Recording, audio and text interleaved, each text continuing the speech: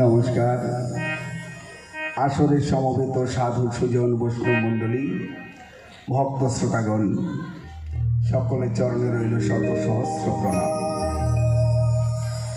ভক্তের চরণে প্রণাম দিলে ভগবানকে প্রণাম করা হয়ে যায়। ভগবান বললেন, আমার চেয়ে আমার ভক্ত বড়, আমার আগে আমার ভক্তের সেবা করো। আমার ভুল ত্রুটি আপনাদের চরণে অর্পণ করে দিলাম।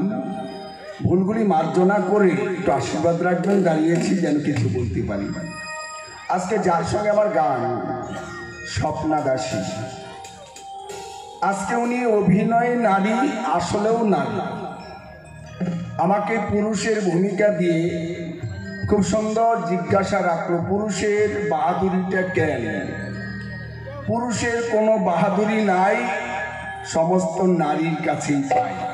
নারী ছাড়া গতি নাই, গতি নাই, গতি নাই। তারপর মহাদেব হচ্ছে আদি পুরুষ, আর আদি নারী হচ্ছে ভগবতী বা আদ্যাশক্তি, মহামায়া। তাহলে বিয়ে করে কেন বউকে রেখে ঘরে মহাদেব গিয়ে শ্মশানে থাকে পড়ে? পুরুষ না কাপুরুষ? কিশোর পাটের কথা আপনার শুনলেন সবাই। ঠিক আছে, জবাব দেওয়ার চেষ্টা করব।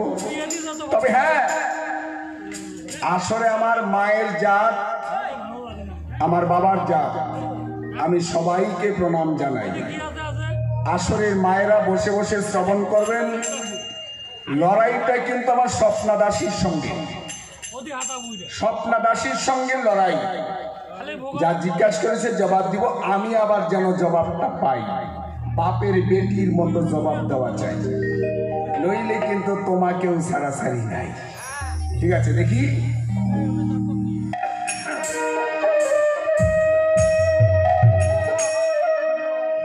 জয় জয় রাধা গোবিন্দ প্রেমানন্দে সবাই হরি বল।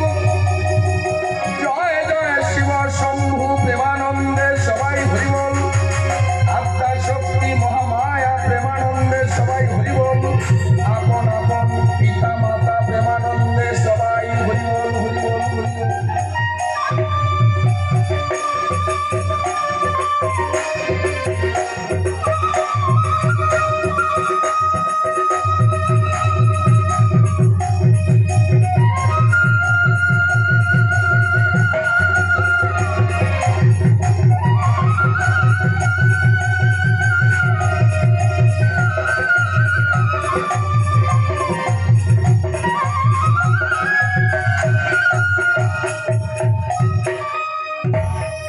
মায়ার এই সংসারে এসে বারে বারে, মায়ার এই সংসারে এসে বারে বারে তোমারে ভুলিয়া যায়। ওগো দয়াল, বলো কিসে তোমায় পাই? ওগো দয়াল, বলো কিসে তোমায় পাই?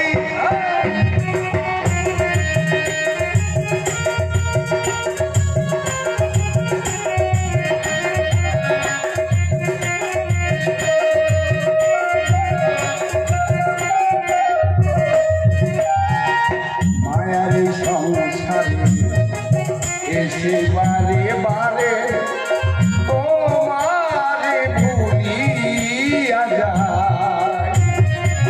বলো কিসে তোমায় পাই? ওগো দয়াল, বলো কিসে তোমায় পাই?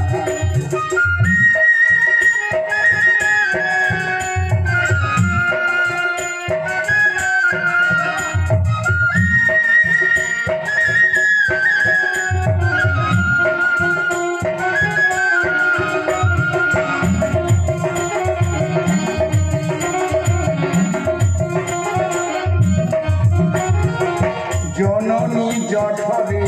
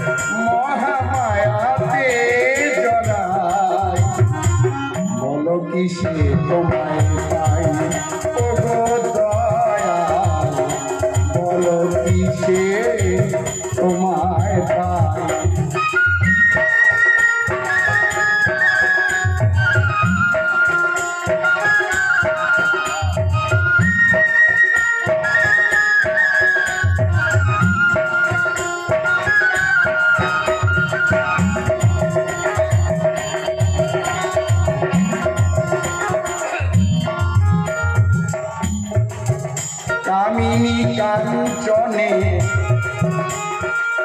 দারুণী মায়া আভরণে তোমা কেন সুজনে মনে রাখি নাই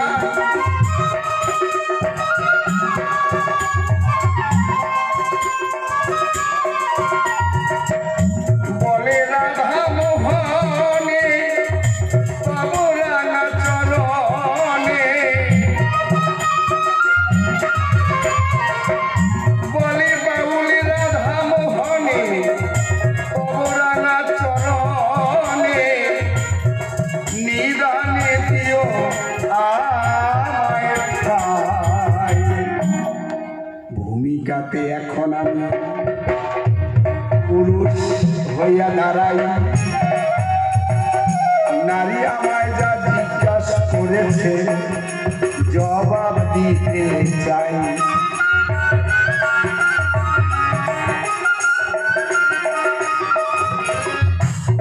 কথা একদম খাঁটি। স্বপ্না দাসী বলেছে নারী হলো মাটি, হ্যাঁ, নারী হলো জল। আহা, এটা পাগল না অন্য কিছু আমি বুঝতে পারি না। নারী মাটি কথাটা খাঁটি। নারী এই বসুমতী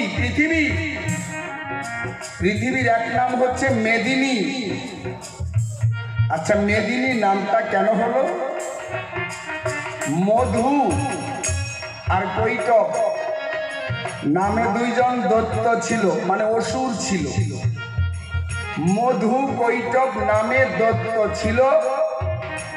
বিষ্ণুর সুদর্শন চক্রে তারা মরিল। ওই যে মধু কৈটবের মাংস মানে মেদ, তা থেকে মেদিনী সৃষ্টি হলো, পৃথিবী সৃষ্টি হলো। তাহলে যদি বিচার করতে যাই, মেদিনীটা আসলো কোন জায়গা থেকে? হ্যাঁ, মেদিনী সৃষ্টি তো হয়েছে পুরুষের অঙ্গে। কথা বলো কোন ঢঙে? মূল জায়গায় বিচার করতে গেলে পুরুষ ছাড়া তোমাদের গতি নাই। হ্যাঁ হ্যাঁ,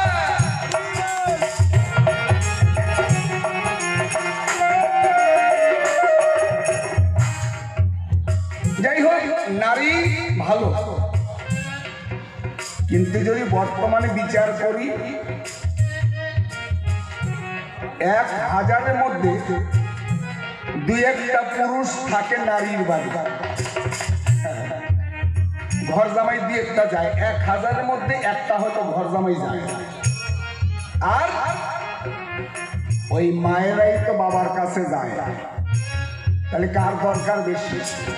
হ্যাঁ, নিজের মা, নিজের বাবা, নিজের ভাই, নিজের বোন, আত্মীয় স্বজন, দেশ সব ছেড়ে একটা পুরুষের হাত ধরে চিরতরে নেয় বিদায়। তাহলে যদি নারীর বেশি দাম থাকতো তাহলে কি আর পুরুষের বাড়ি যেত? ওইটা স্বপ্না দাসী মনে হয় চিন্তা করে না। ও স্বপ্না দাসী, তোমার আসল বাড়ি হলো শামুকতলা, আর যেখানে তোমার বিয়ে হয়েছে ওইটা রামচরণ বাউলের পোলা পুন্ডিবাড়ি। হ্যাঁ, তাহলে তুমি শামুকতলায় থাকলা না কেন? তোমার যদি বাহাদুরি বেশি থাকতো, দাম বেশি থাকতো, তুমি তো শামুকতলায় থাকতা। রামচরণ বাউলের বেটা গিয়া তোমার ওইখানে পড়ে থাকতো, তা তো না। তুমি সেই শামুকতলা ত্যায্য করে এইবার থাকো পুন্ডিবাড়ি, ওই রামচরণ বাউলের বেটার ঘরে। আর ও আইসা ফটর ফটর গল্প করে, কই মেয়ের দাম বেশি। হরিবল হরিবল হরিবল।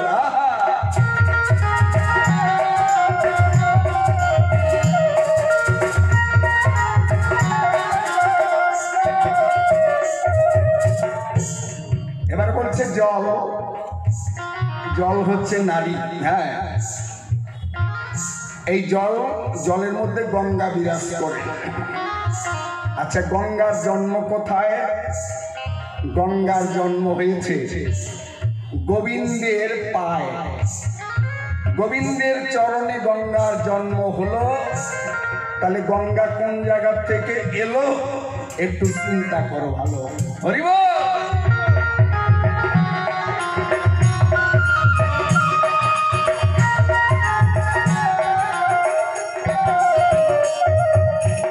তারপর আমরা যত পূজা পার্বণ করি, হ্যাঁ কালী পূজা করি, শীতলী পূজা করি, ধ্বনি দেওয়ার সময় কি বলে? কালী প্রেমানন্দে হরি বল। তাহলে হরিটা কি পুরুষ না নারী? ওইটা জিজ্ঞাসা করি।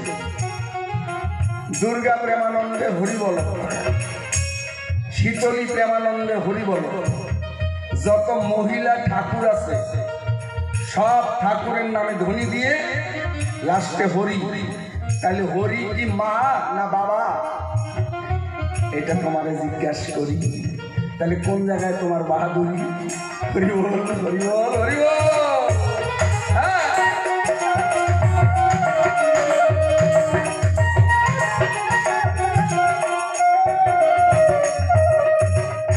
এবার শিবের ভূমিকায় যাই।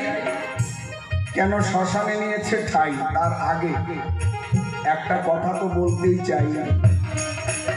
একটা পুরুষ আরেকটা নারী, নারী একবার হইলে গর্ভবতী, 10 মাস 10 দিন আর সন্তান, এই একটা ছাড়া জন্ম দেওয়ার কোনো উপায় নাই। 10 মাস 10 দিন যে সন্তানটা পেটের মধ্যে আছে, এটা 10 মাস 10 দিন গেলে প্রসব হলে তারও 2-1 মাস 2-4 মাস গেলে আবার জন্ম দেওয়া চলে। আর যদি একটা পুরুষ ইচ্ছা করে 1 বছরে 365টা জন্ম দিতে পারে। যদি পুরুষ ইচ্ছা করে 365 দিনে 365টাই জন্ম দিতে পারে, কিন্তু নারী একটার বেশি জন্ম দেওয়ার উপায় নাই। যতটুকু দিলাম ও টের পাইতেছে মাসে কয়দিন যায়। পরে মনে মনে কইব, ভাসুর আমার এত বেশি কয় কেন?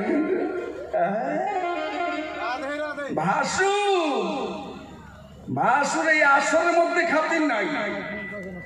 তোমার বাড়িতে যখন যাব তখন ভাসুর বলে তোমাকেও স্নেহ করবো, তুমি আমাকে সম্মান দিবা, কিন্তু আসরে দাঁড়াইয়া ভাসুর ভাসুর কইবা আর তলে তলে পুরুষকে ঠকাইবা। পাইছো কি? খাইছো কি? টের পাও না? ভাত খাও, ভাতার চিনো না। প্রসাদ খাও, ঠাকুর চিনো না। কার কামাই খাও আবার তারই নিন্দা, ঠিক না? এবার শোনো মহাদেব কেন শ্মশানে থাকে।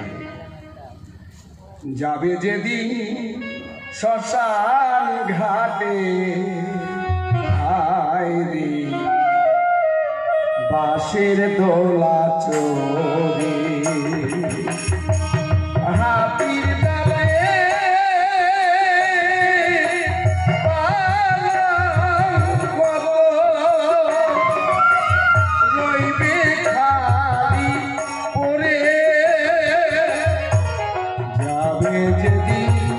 শ্মশান ঘাটে বাঁশের দোলা চোরে।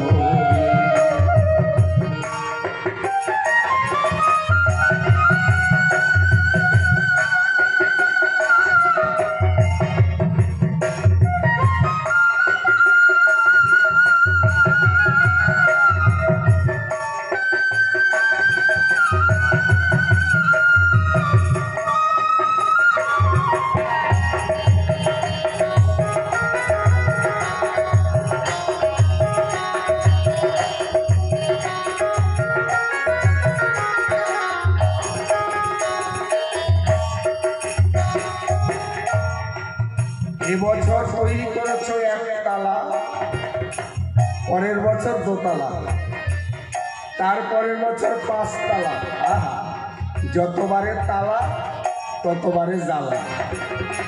ওই 5 তালার উপরে মরণ হলে সেখানে হবে না ঠাই, তাড়াতাড়ি নামা তুলসী তলা নিয়ে যায়। ওই 5 তলা সেখান থেকে নিতে হবে তুলসী তলা। ঘরের নারী সেও গোবর ছিটা দেয়। যে স্বামী বানাইলো বাড়ি, মরে গেছে বলে গোবর ছিটা দেয় তার নারী, বাড়ি অপবিত্র হয়ে গেছে, তাই নিয়ে যায় শ্মশানে। শিব ওই শ্মশানেই থাকে। মানুষ মরলে পরে যখন চিতায় তাকে পড়ে ওইটা দর্শন করলে মানুষের একটুখানি জন্য হিংসা নিন্দা দূর হয়, ভক্তি আসে অন্তরে। একদিন আমাকেও এইভাবে পোড়ায় করবে ছাই, এ দেহের গৌরব করা কোনোই উপায় নেই। এই জন্য শিব শ্মশানে থেকে জীবকে বলে, তোরা সংসার কর, কিন্তু মরণটাকে স্মরণ রাখিস। এটা ভাবিস না আমি কোনোদিন মরবো না, জন্ম নিলে মরণ হবে। আরে যে ছেলেটি প্রথম করে ডেকেছিল পিতা শ্মশান ঘাটে, সেই ছেলে তো জল পেরে করছি।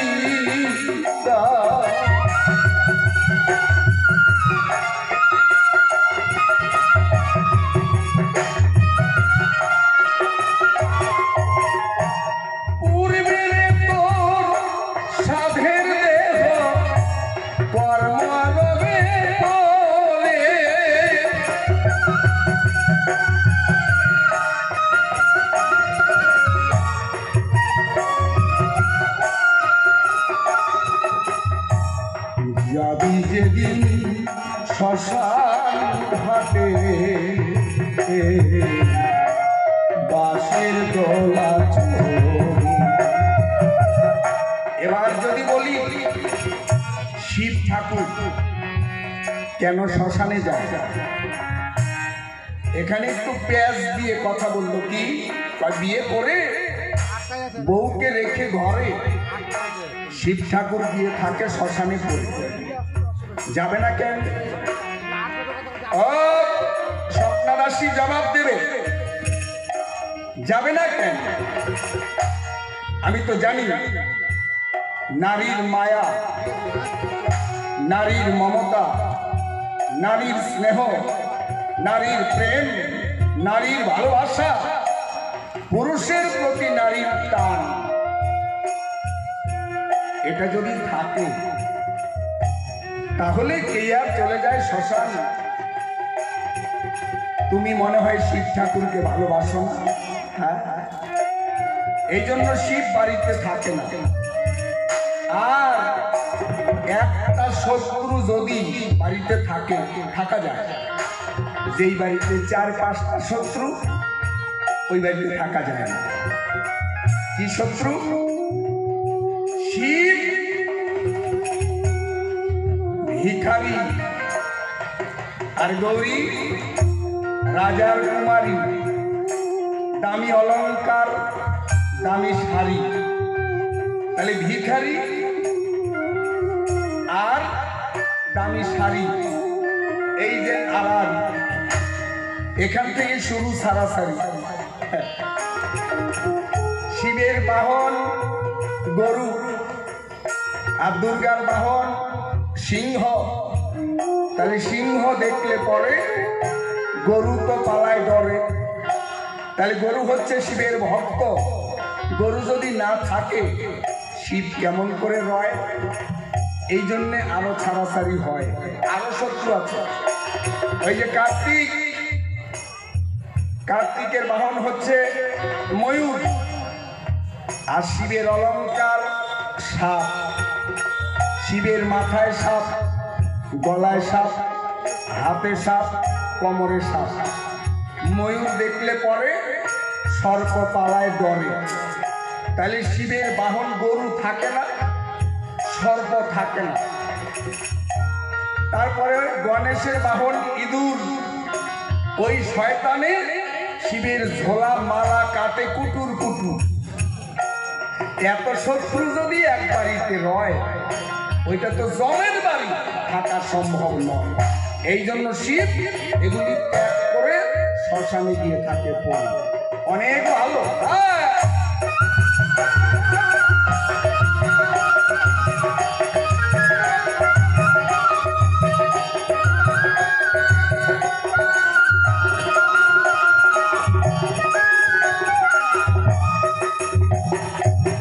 এবার বললে ভাঙ ধুতুরা গাঁজা খাও কেন? আরে ভাঙ ধুতুরা গাঁজা বলা যত সোজা, ব্যাপারটা অত সোজা না। খুব ভালো জিনিস, একটাও তো খারাপ না। ধুতুরা, ভাঙ, গাঁজা, রাখ রাখ রাখ, গাঁজা। গাঁজাটা কি?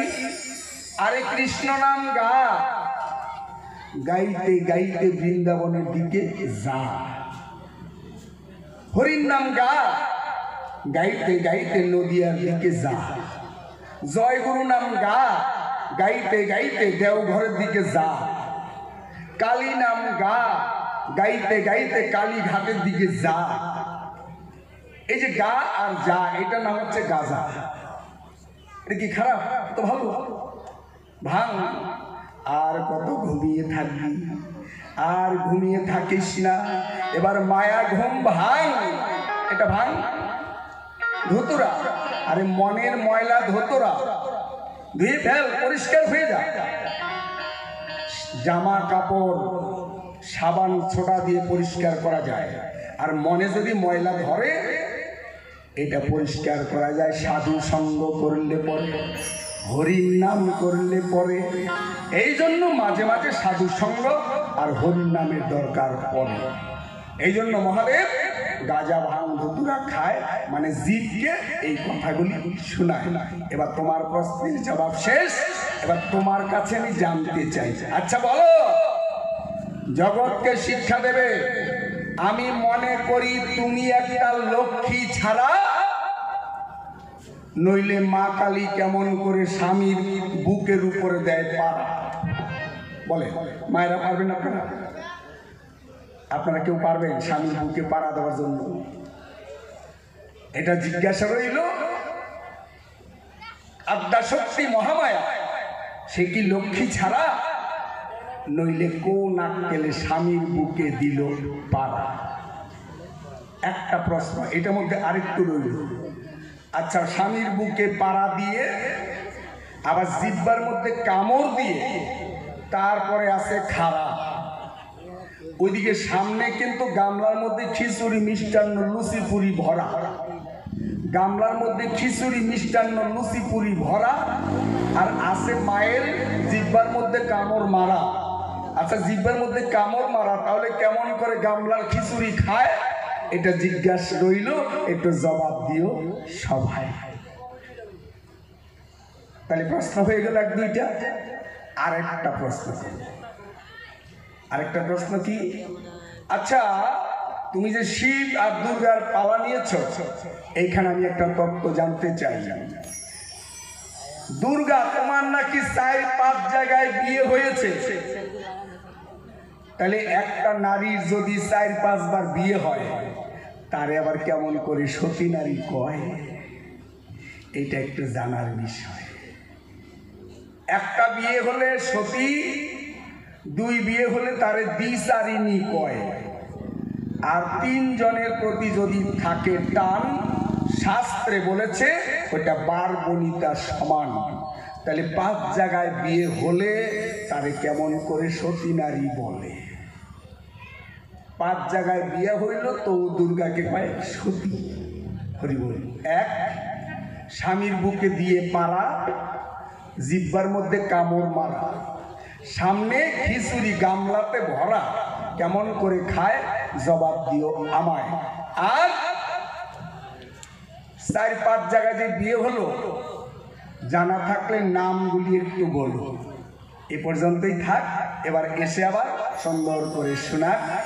আমি একটা গান গাইতে গাইতে যাই, পরে তাড়াতাড়ি পাঠাই। হ্যাঁ, বাবা আমি মনে করলাম যে ফাঁকি দেই, এখন থেকে যে তুলে দিচ্ছে। ঠিক আছে বলছি, এই গানের সুরে সুরে জবাব দিচ্ছি। বাবা বাবা, খাঁটি শ্রোতা আছে। হ্যাঁ, শোনো শোনো গো গৌরী, জবাব দিব তাড়াতাড়ি, বলি হারি রাখবো না গোপন, তুমি গেলে জিজ্ঞাসিয়া যাবো তার জবাব দিয়া, শুনবে আমার বাউল শ্রোতাগণ।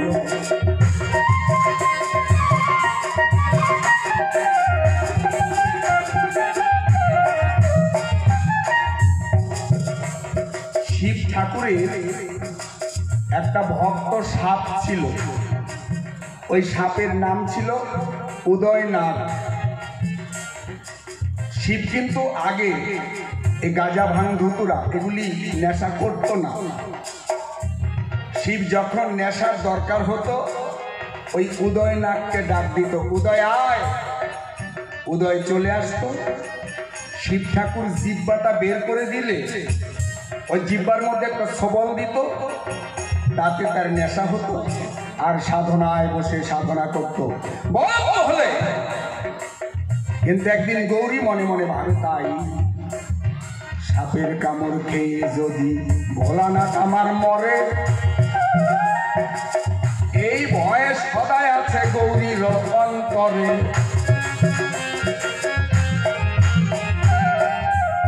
কিন্তু শিবের নাম মৃত্যুঞ্জয়, মরণকে করেছে জয়, এটা কিন্তু গৌরীর জানা নাই। একদিন শিব গেল ভক্তের বাড়ি বেড়াইবার করে,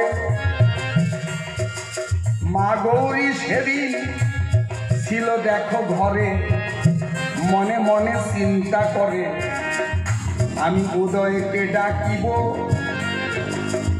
এই উদয় নাগের সবল খেয়ে মহাদেব যদি মরে আমি কেমনে দেখিব। তাই উদয়কে ডাক দিল, আয় দুধ কলা খেয়ে যা। উদয় যখন এলো, মা গৌরী ছলনা করে ওই উদয় নাগটাকে মেরে ফেলল। উদয় নাগটাকে মেরে 3 টুকরো করে মাটিতে পুঁতে রাখলো। কয়দিন পরে শিব এলো ঘরে, ডাকে উদয় আয় রে আয়। উদয় তো আর আসে না, লীলা বোঝা দেয়। মহাদেব বলছে, গৌরী আমার উদয় না কোথায়?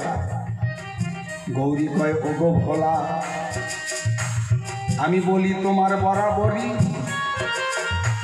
ওই উদয়নাথকে মেরে 3 টুকরো করে আমি মাটিতে রাখলাম গাড়ি। কেন? কেন মানে তুমি যে উদয় নাগের সবল খাও, কোন দিন বা বিষে তুমি মরে যাও, আমি নারী হয়ে এটা কি সইতে পারবো?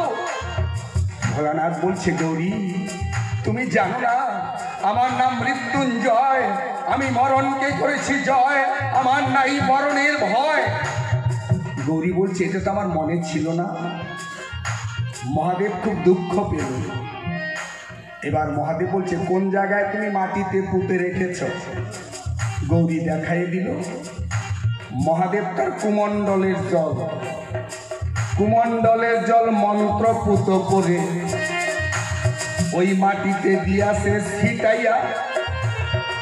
3 জায়গা থেকে 3টা গেল গাছের জন্ম হইয়া। যেইখানে সাপের মাথা ছিল সেখান থেকে গাজা জন্ম নিল। আবার মাঝখান ঘুম থেকে ভাঙের জন্ম হলো। লেজের থেকে হয় ধুতুরা, তোমায় দিলাম কইয়া। সাপের 3 অংশ থেকে গাজা ভাঙ ধুতুরা গেল জন্ম হইয়া। সংক্ষেপে দিলাম জবাব, রাখলাম না গোপনে। এই মিনতি রইল আমার বৈষ্ণবের চরণে। শিবের লীলা বোঝা ভার, বোঝা বড় দায়। কত লীলা করলো শিব আসিয়া ধরায়।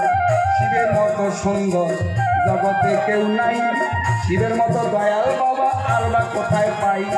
আছেন আমার ভক্ত শ্রোতা সভাতে বসিয়া। সকলের চরণে প্রণাম দিলাম গোজালাইয়া। বাউল গানের গুরু আমার রামচরণ দাস। ওই পুন্ডি বাড়ির পশ্চিম পাশে কাঁঠাল বাড়িতে বাস। আমার নামটি রাধা মোহন, গ্রাম পোস্ট অফিস মাঠপালা, থানা হলো কোতোয়ালি, কুচবিহার জেলা। আমার বিপক্ষে স্বপ্না দাসী, আবার গান গায় সুন্দর ভারী। আবার তার সঙ্গে মাঝে মাঝে চলে বাউলের আড়াআড়ি। আমার সঙ্গে ঢোল বাজায় নামটা দীপক সরকার। বাড়ি হইল আলিপুরদুয়ার জেলা, যশোর ডাঙ্গা বাজার। তারপর পেট মাস্টার পরেশ বর্মন, মাঠপালাতে বাড়ি। মনে হয় ওনার সঙ্গে আমার নাই তো সারা সারি। তারপরে বাঁশের বাঁশি মনোদাসী, মাগেশ্বর বর্মন। শিলিগুড়ি বেতার শিল্পী দিলাম নিদর্শন। অর্গান মাস্টার সুশান্ত রায়, ভালো শিল্পী বটে। ওনার সঙ্গে এমনি করে আমার সাক্ষাৎ ঘটে। এই আসরে আছেন যত জ্ঞানী গুণীজন, সকলেরই পদানত হইলাম এখন। আমি অতি মোরমতি, কিছুই তো নাই জানা। সাধকি তত্ত্ব কথা করবো আলোচনা। তত্ত্ব কথা বলতে গেলে বিদ্যার দরকার হয়। সেদিকে বলবো কি আর লজ্জার বিষয়। লেখাপড়া একদম আমার কিছু জানা নাই। আপনাদের চরণেতে আমি তাই তো ক্ষমা চাই। এবার স্বপ্ন আসছে, ছোট্ট একটা ঘোষণা দিয়ে রাখি। আমাদের সনাতন ধর্মে ভগবান শ্রীকৃষ্ণের 108টা নাম। ঘরে ঘরে কিন্তু একটা পুস্তক আছে শ্রীকৃষ্ণের অষ্টোত্তর শতনাম। তেমনি আমাদের সেই শ্রীকৃষ্ণ আর শ্রীমতী রাধা দুইজন মিলে পলিতে হলো গৌর হরি। এই গৌর হরির 108টা নাম কোনো এক শাস্ত্রে পাওয়া যায় না। আমি অনেকগুলি গ্রন্থ মন্থন করে আমার বাউল জীবনের 32 বছর আমি সাধনা করে এগুলি খুঁজে খুঁজে বের করে এক জায়গায় করে 108টা নাম একটা পাঁচালী তৈরি করেছি, যার নাম শ্রী গৌরাঙ্গের অষ্টোত্তর শতনাম। যদি আপনারা মনে করেন এই পাঁচালীটা ঘরে রাখবেন, দামও বেশি না, মাত্র 15 টাকা। 15 টাকাও লাগবে না, খালি 10 টাকা দেবেন, একটা করে পাঁচালী নেবেন, 2 লাইন পড়বেন, পরের দিন 2 লাইন পড়বেন। মনটা একটু পবিত্র হবে, একটু ভক্তি বাড়বে। সনাতন ধর্মের মানুষ আমরা, আমাদের ঠাকুর ঘরে থাক বা নিজের ঘরে থাক, গৌরাঙ্গের 108টার নাম আমরা পবিত্র মনে উচ্চারণ করব। আপনারা অবশ্যই পাবেন। আসর শেষে এখান থেকে নিয়ে যাবেন। এবার শুনি আমার বিপক্ষে নারী, আহা দেখি কতটুকু দিতে পারে।